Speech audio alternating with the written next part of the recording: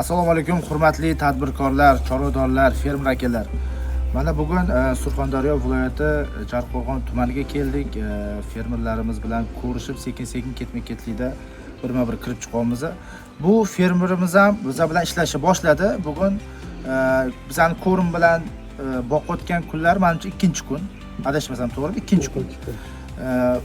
Toshkentdan vet vrachimiz bilan keldik. Bizning kompaniya nafaqat ko'rim yetkazib beradi.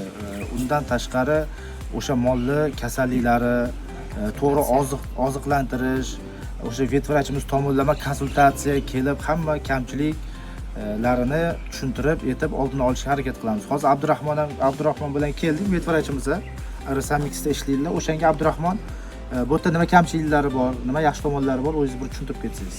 Assalomu alaykum, hurmatli chorvadorlar. Mana bugun biz Surxondaryo viloyatining Jarqo'rg'on tumanidamiz. Katta bir fermer xo'jaligi qilganmiz. Bu yerda hozirda faqat semental sigirlar hamda g'unojinlari boqilayotgan ekan. Bu fermaning eng asosiy yoki butun O'zbekistonda hozirgi karmovoy kamchiliklarini haqida bir to'xtalib o'tsak bo'ladi. Ya'ni fermerlarda shunaqa borki, silos yopadi yoki senaj yopadi. Har bir senaj yoki silosni albatta sifatiga alohida to'xtalib o'tishimiz kerak bo'ladi. Ko'p holatlarda biz ko'ryapmiz, mana bunaqangi mog'orlagan silos yoki senajlarni mollarga berishyapti. Bundan oldingi videolarda ham biz aytdik.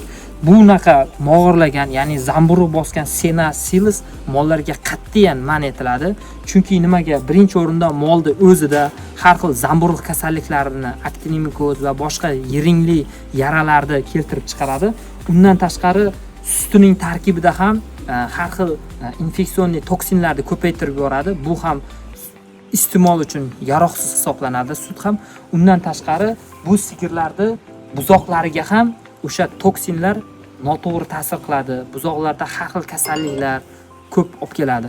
Shu uchun sizlardan biz iltimos qilib qolamiz, iloji boricha har bir ko'rimni, ozuqani berayotganda toza, sifatli hamda eng saralangan ozuqalardan foydalanishingizni taklif qilamiz.